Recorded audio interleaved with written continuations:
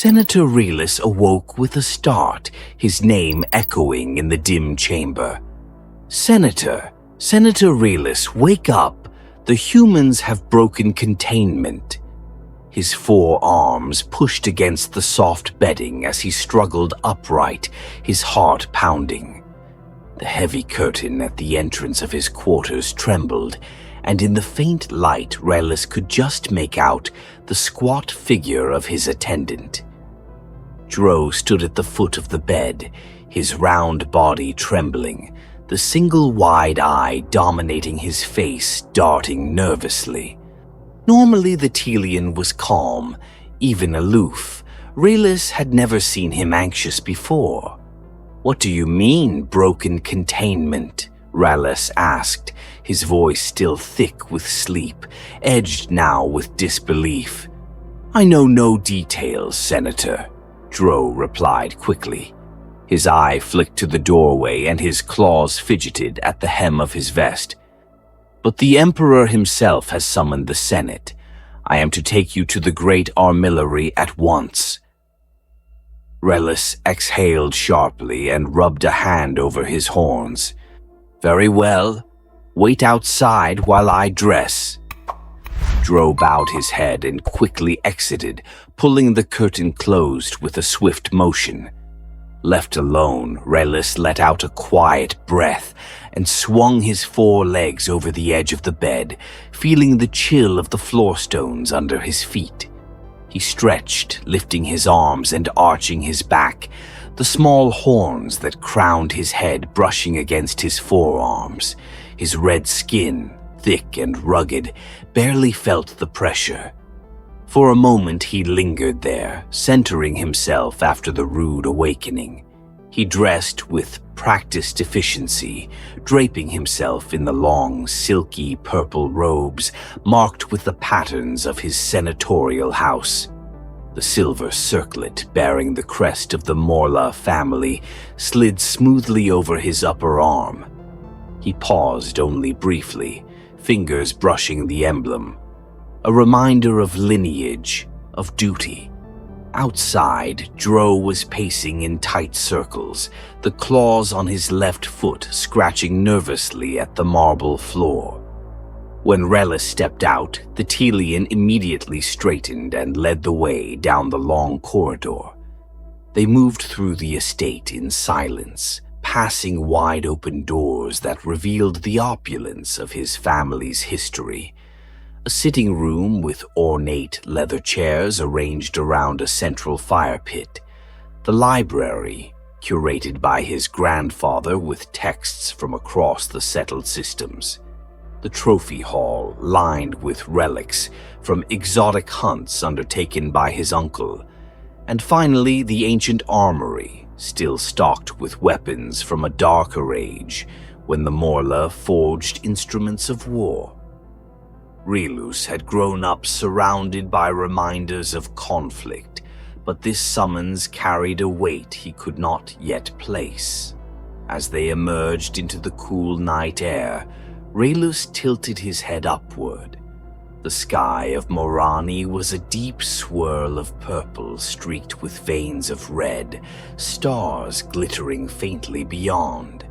"What time is it, Dro?" "Half night, Senator. I doubt the others are pleased to be summoned at this hour," Dro muttered, glancing nervously around. "Please, mind your step." He opened the door of the waiting sky skimmer with a flick of his clawed hand. Relis climbed in, sinking into the passenger seat. By the ancestors, what could demand this from the Emperor? "No idea, my lord, but we should make haste." "Surely it's of the utmost importance," Dro said, hurrying around the craft to take the driver's seat. With a soft hum, the channel vacuums engaged, and the sleek silver skimmer lifted into the air. The flight over his ancestral lands usually filled Relis with a quiet satisfaction. Tonight, however, the landscape seemed cloaked in an unfamiliar shadow.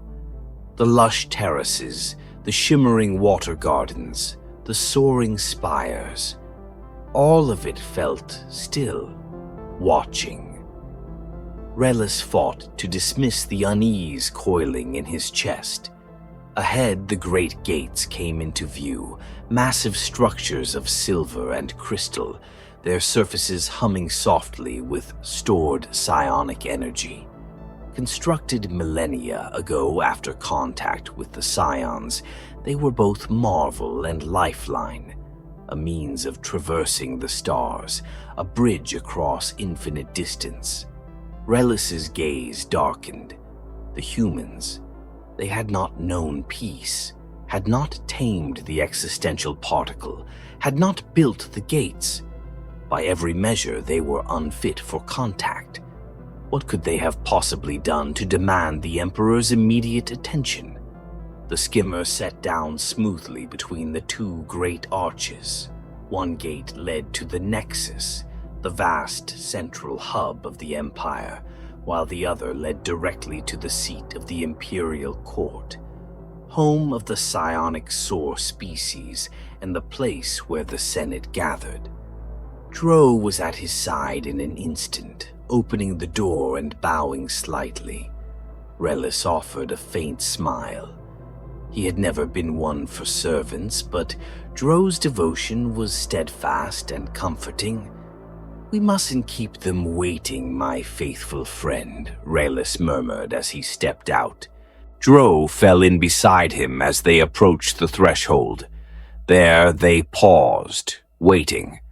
A voice, thin as a whisper, yet ringing clearly in their minds, spoke. "Are you prepared?" "We are," Relis answered aloud. Two silver hands emerged from the gate's shimmering surface, each with 10 fingers and 2 thumbs, delicate and precise. One hand settled on Relis's shoulder, the other on Dro's. The senator braced himself as his consciousness was drawn free, his body dissolving into a cloud of memory, thought, and pattern. Wrapped in the Scion's mental grasp, he felt himself carried across an immeasurable void, his form unmade and awaiting rebirth on the other side. The experience was always unsettling, the price of peace, he reminded himself, as the Empire had long since abolished war among its worlds. Cooperation, unity, the absolute need to trust the Scions.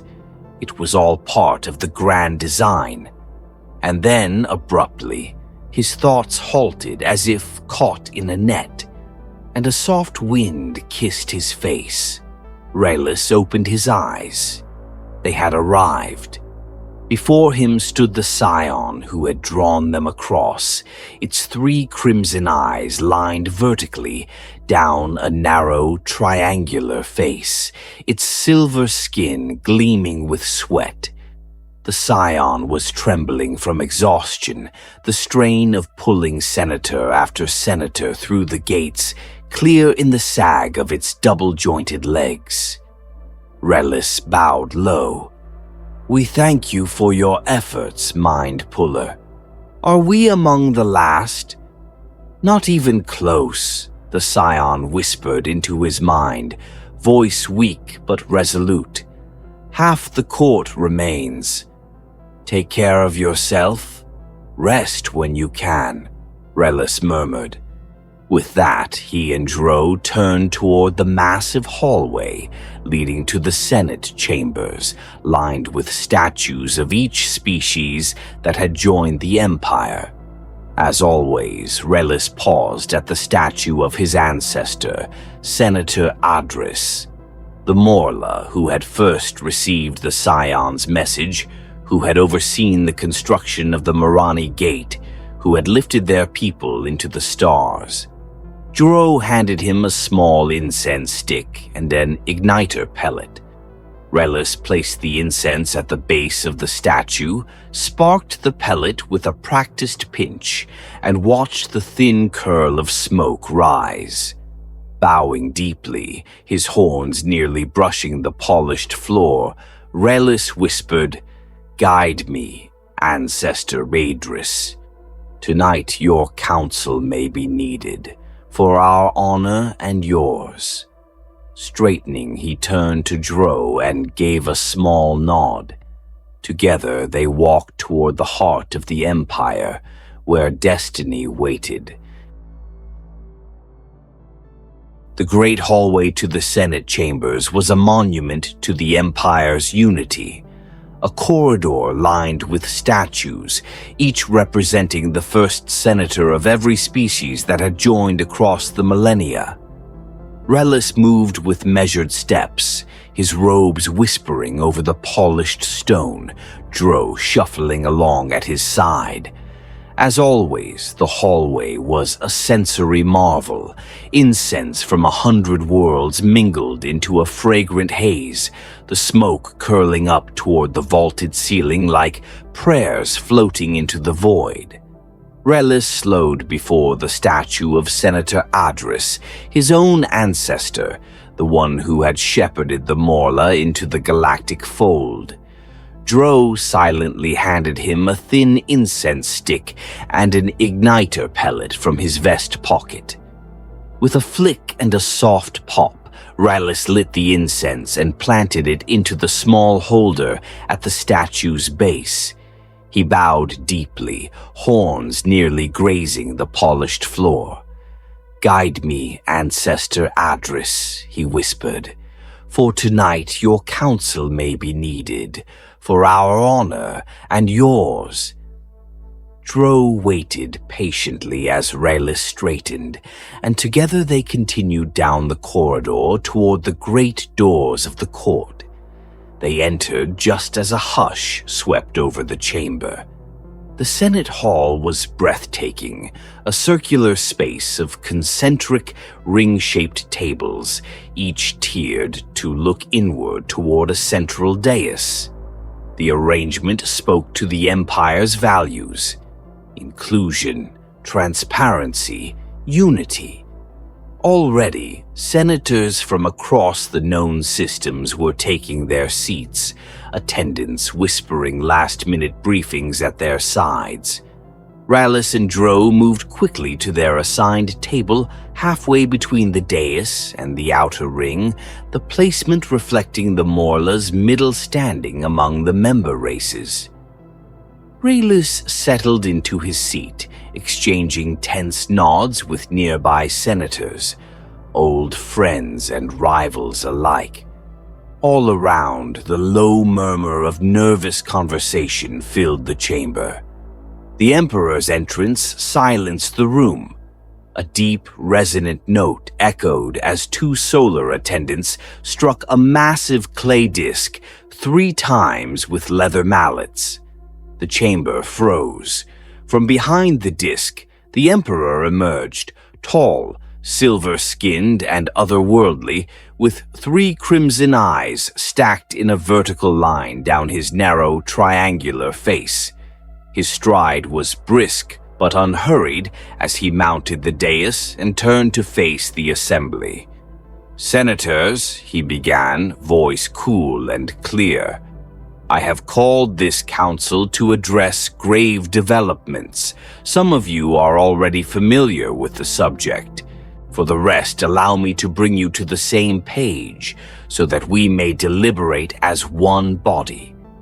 Relis leaned forward, his forearms folded on the table before him. The Emperor's words fell like hammers. "We speak today of the species known as the humans. They call their planet Earth, their star Sol. Their system lies at the fringes of our territory. For centuries we have observed them, waiting for the signs all sentient species have shown before qualifying for contact: peace, mastery of the existential particle, and eventually the construction of gates.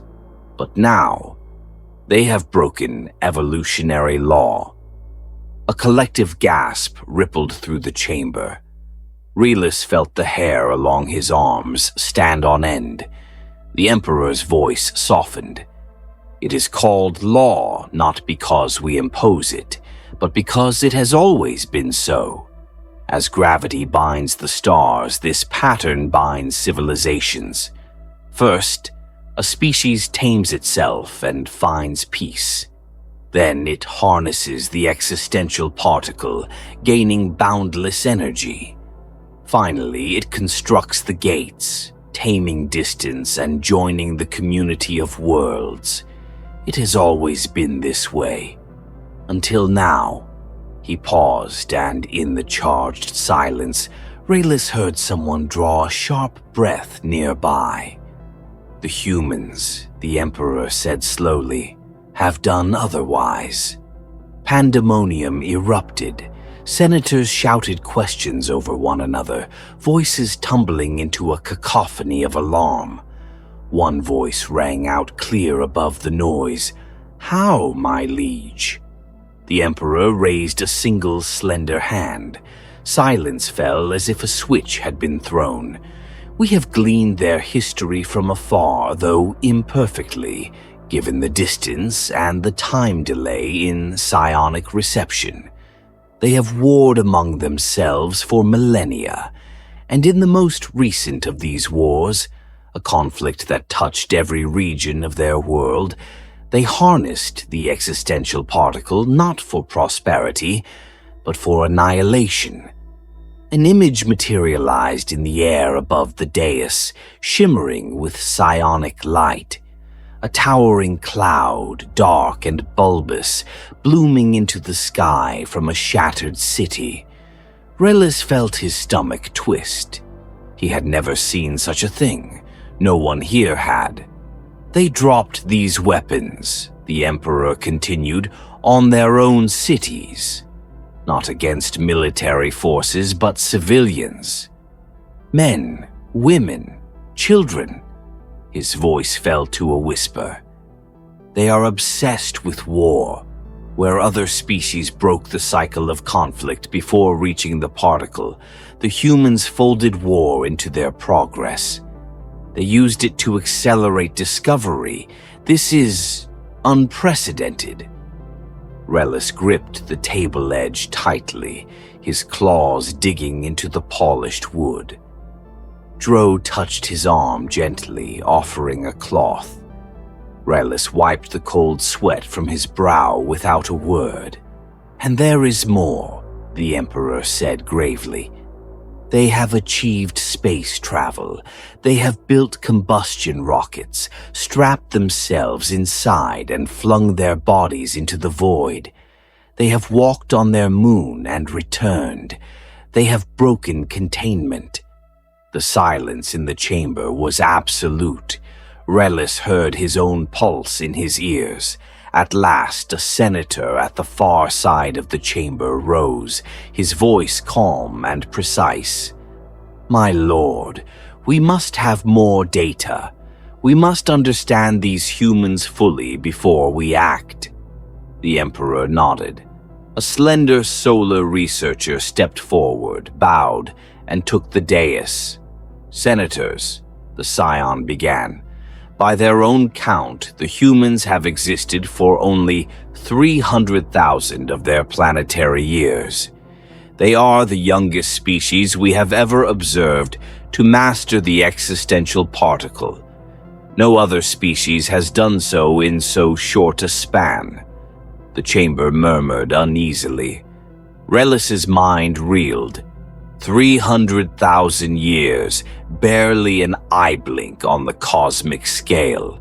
This rapid rise, the Scion continued, has been driven by one repeating cycle. Advancement leads to prosperity. Prosperity breeds competition. Competition ignites war, and war drives advancement. They have never broken this cycle. Never. Raylis's hands tightened to fists on the table. His stomach turned as the researcher went on. "And now, they have achieved spaceflight. They have slipped the bonds of their world. This too is unheard of. They have the raw will to break every pattern, every constraint." The silence deepened, and Raylis rose slowly to his feet. "We cannot," he said clearly, his voice cutting through the air, "allow them to join us." We cannot give them access to the gates. They must be contained to their system, and no further.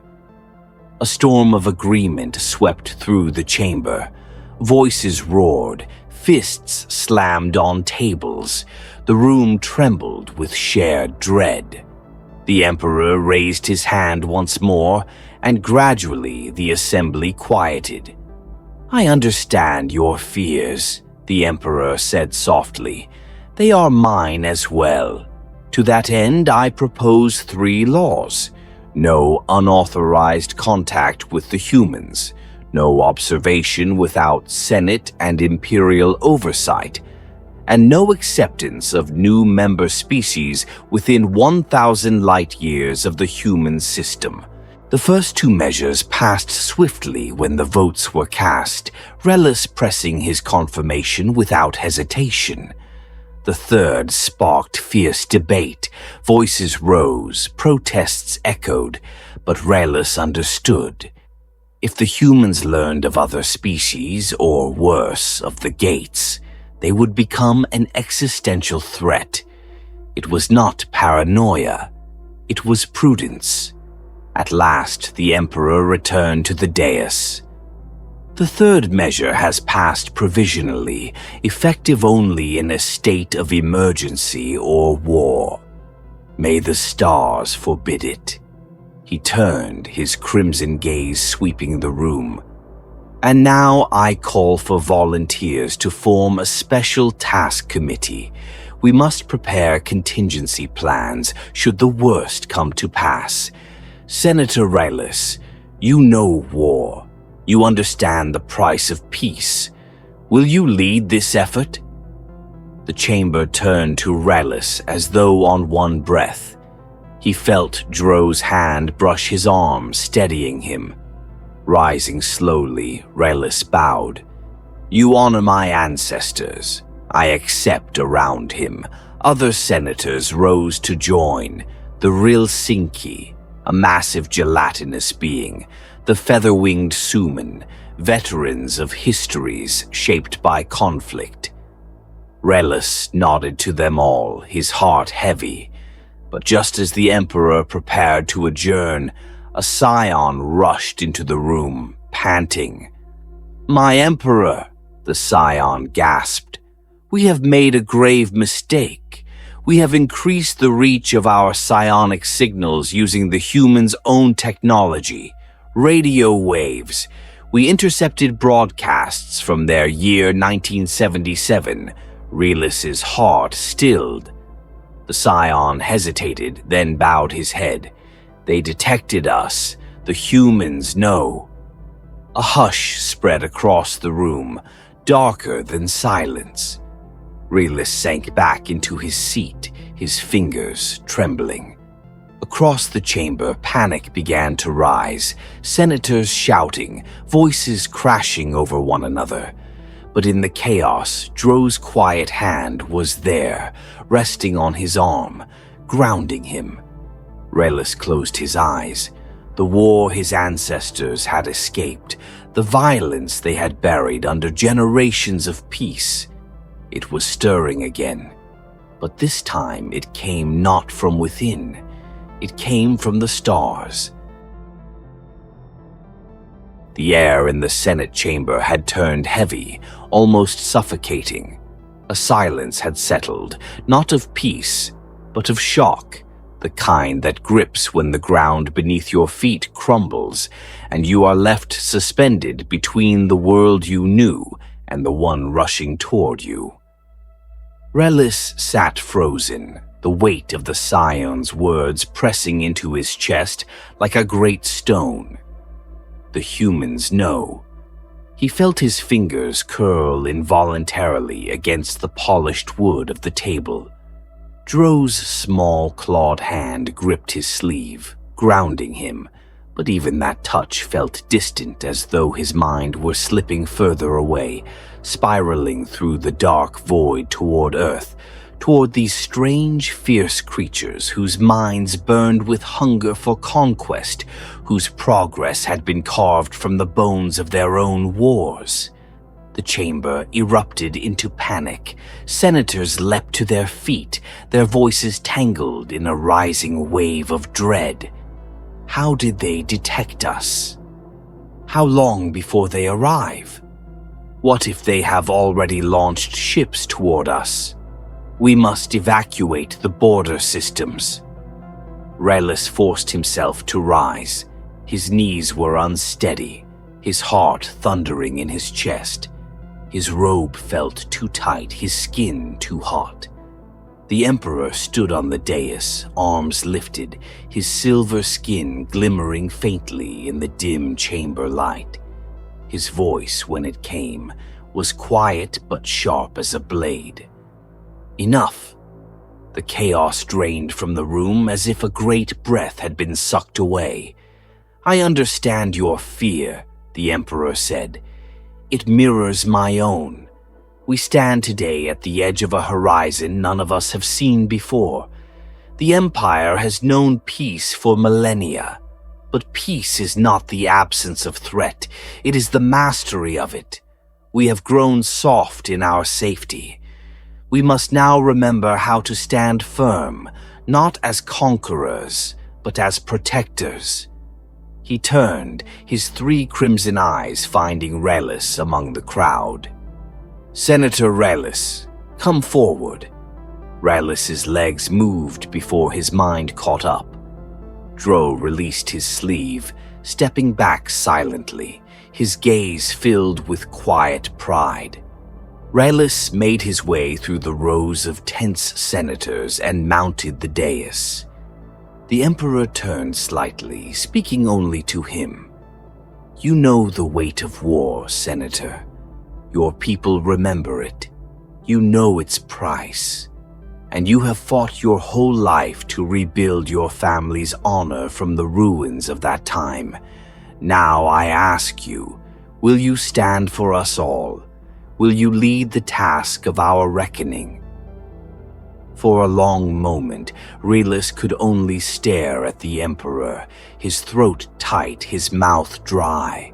He saw in his mind's eye the gates, the shimmering marvels that bridged worlds, the cities across the Empire glittering under foreign suns, the faces of his people, their hopes bound to peace.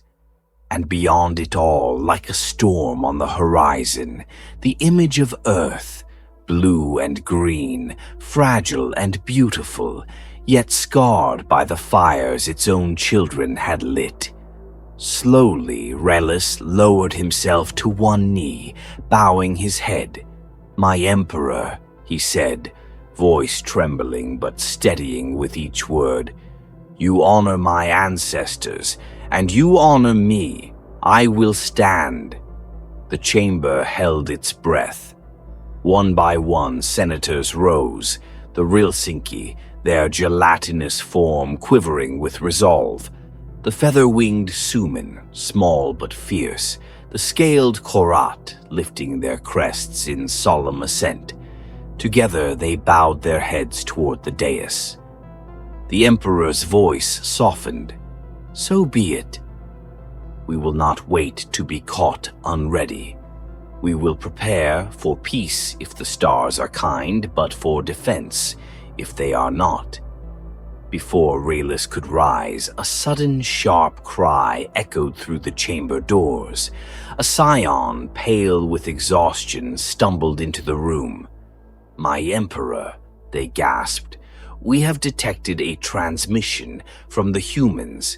It carries no threat, no demands. It is music. A ripple of confusion passed through the chamber. Reliss rose slowly, heart pounding. The scion continued, voice thin with wonder.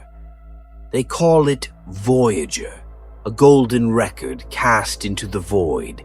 Their voices, their songs, their greetings, a message to the stars. They were reaching, not with weapons, but with hope. A stunned silence filled the hall. Reliss felt his knees weaken. In that instant, the image of the humans wavered in his mind. Monsters, yes, but dreamers, too.